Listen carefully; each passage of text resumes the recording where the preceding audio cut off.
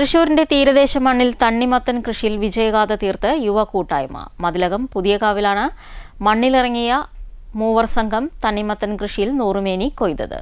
വിവിധ മേഖലകളിൽ ജോലി ചെയ്യുന്ന മതിലകം സ്വദേശികളായ മുഹമ്മദ് നബ്ജാൻ, മാസിൻ പി സുനിൽ, തമീസ് സഹൽ എന്നിവരാണ് ആദ്യമായി നടത്തിയ തണ്ണിമത്തൻ കൃഷിയിൽ മികച്ച വിളവ് നേടിയത്. 2 മാസം മുൻപാണ് ഇവർ കൃഷിയിലേക്ക് ഇറങ്ങിയത്. നബ്ജാന്റെ വീടിനോട് ചേർന്ന ബന്ധുവിന്റെ 1 ഏക്കറോളം വരുന്ന സ്ഥലത്താണ് കൃഷി ഇറക്കിയത്. കാട് പിടിച്ചു കിടന്നിരുന്ന സ്ഥലം വെട്ടി വൃത്തിയാക്കിയാണ് ഇവർ കൃഷി ആരംഭിച്ചത്. 2000 തൈകളാണ് നട്ടുപിടിപ്പിച്ചത്. വളമായി ഗോമൂത്രവും ജൈവവളവുമാണ് നൽകിയത്. മതിലകം കൃഷിഭവന്റെ മേൽനോട്ടത്തിലായിരുന്നു കൃഷി. 60 ദിവസം പിന്നിട്ടപ്പോൾ മികച്ച വിളവാണ് ലഭിച്ചത്. Kiran, yellow munch, orange munch എന്നീ 3 വെറൈറ്റി തണ്ണിമത്തനാണ് സ്ഥലത്ത് വിളഞ്ഞു നിൽക്കുന്നത്.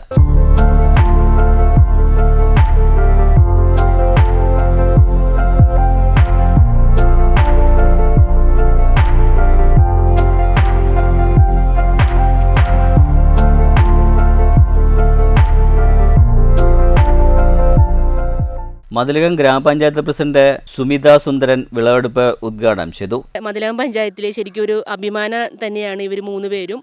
ഇവർ പല ബിസിനസ്സുകളുമായി നടക്കുന്നതിനിടയ്ക്കാണ് ഇങ്ങനെയൊരു എന്താ പറയുക, ഒരു ആവേശത്തിൽ തുടങ്ങിയ ഒരു കൃഷി നമുക്ക് നമ്മളുടെ പഞ്ചായത്തിലെ യുവ കർഷകരുടെ നിരയിലേക്ക് മുന്നോട്ട് വന്നിരിക്കുകയാണ്. അപ്പോൾ ഇവർക്ക് 3 പേർക്കും എല്ലാവിധ സഹായങ്ങൾ ചെയ്തു കൊടുത്തിട്ടുള്ള നമ്മുടെ കൃഷി വകുപ്പ് ഇനി മുന്നോട്ടുള്ള പ്രവർത്തനങ്ങളിൽ ഏറ്റവും നല്ല രീതിയിൽ ഇവരുടെ പ്രവർത്തനം വിജയിക്കട്ടെ എന്നും മാത്രമല്ല സമയബന്ധിതമായി ചെയ്തുകൊണ്ട് ഏറ്റവും നല്ല രീതിയിൽ ഇവർക്ക് കൃഷി വിളവെടുക്കാനായിട്ട് സാധിക്കട്ടെ എന്നും. ആദ്യ ശ്രമത്തിൽ തന്നെ മികച്ച വിളവ് ലഭിച്ചതോടെ കൃഷി തുടരാനാണ് മൂവരുടെയും തീരുമാനം.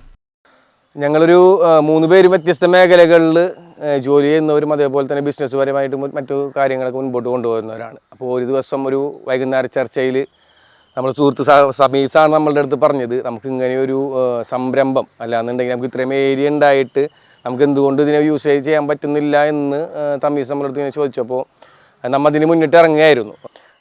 ഇപ്പോൾ ഏകദേശം നമ്മളൊരു മാർച്ച് 6-ാം തീയതി തുടങ്ങി. അതായത് മാർച്ച് 6-ാം തീയതിയാണ് ഇത് നമുക്ക് എന്ത് ചെയ്യാൻ പറ്റിയത്, നമുക്ക് തൈ വെക്കാൻ പറ്റിയത്. അതിനുശേഷം ഒരു 60 ദിവസത്തെ വിളവെടുപ്പാണ് നമ്മൾ ചെയ്തിരിക്കുന്നത്. ഇപ്പോൾ ഏകദേശം ഒരു 1500 തൈ ഇത് ബാംഗ്ലൂരിൽ നിന്ന് വന്ന തൈകളാണ്. ഇത് വില്ലേജ് അഗ്രോ എന്ന് പറയുന്നത്, അതായത് തൃശ്ശൂരിൽ നിന്നാണ് നമ്മൾക്ക് ഈ സംഭവം വന്നത്. നമ്മൾ പാപ്പിനോട്ടം സർവീസ് സഹകരണ ബാങ്കിൻ്റെ കൃഷിയുമായി ബന്ധപ്പെട്ട അവരുടെ സ്ഥാപനത്തിൽ നിന്ന് കോൺടാക്ട് ചെയ്തപ്പോൾ അവർ ആദ്യം നമുക്കൊരു 200 എണ്ണം തരികയും അതേ ബാച്ചിലുള്ള, അതായത് അത് നെക്സ്റ്റ് ബാച്ചിൽ വന്ന ഒരു 1000 എണ്ണത്തോളം പിന്നീട് തരികയാണ് ചെയ്തത് അവർ. അപ്പോൾ അത്യാവശ്യം ഗ്രോത്ത് ഉണ്ടായിരുന്നു അവർ. പിന്നെ ഇപ്പോൾ പറഞ്ഞ പോലെ നമ്മൾ ഈ വെറൈറ്റികളൊക്കെ മേടിച്ചിരിക്കുന്നത് ചാഴൂരിൽ നിന്നാണ്. ചാഴൂർ നമ്മൾ തൃപ്രയാർ തൃശ്ശൂർക്ക് പോകണമെങ്കിൽ ചാഴൂർ എന്ന സ്ഥാപനത്തിൽ നിന്നാണ് ഈ വെറൈറ്റികളൊക്കെ മേടിച്ചത്. പക്ഷേ രണ്ടിനും നമുക്ക് തൈകൾക്ക് ഒരു വീക്ക്നെസ് അല്ലാതെ വ്യത്യാസം വെച്ചിട്ടുണ്ടെങ്കിൽ രണ്ടിനും ഗ്രോത്ത് ഏകദേശം ഉണ്ട്. നമുക്ക് രണ്ടും കായ്ഫലങ്ങൾ കാര്യങ്ങളൊക്കെ ലഭിക്കുന്നുണ്ട്.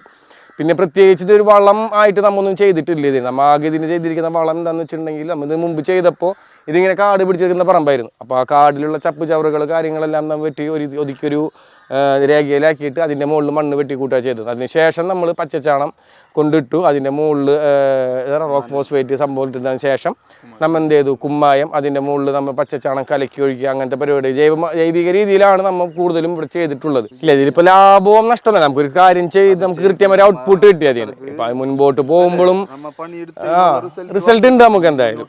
അപ്പോൾ പിന്നെ നമ്മൾ ഇതുകൊണ്ട് മുൻപോട്ട് പോകണം. നമുക്ക് മറ്റു കാര്യങ്ങളുണ്ടല്ലോ, അപ്പോൾ അതിൻ്റെ ഒപ്പം തന്നെ ഇതും കൂടെ കൂട്ടി. News bureau, Thrissur.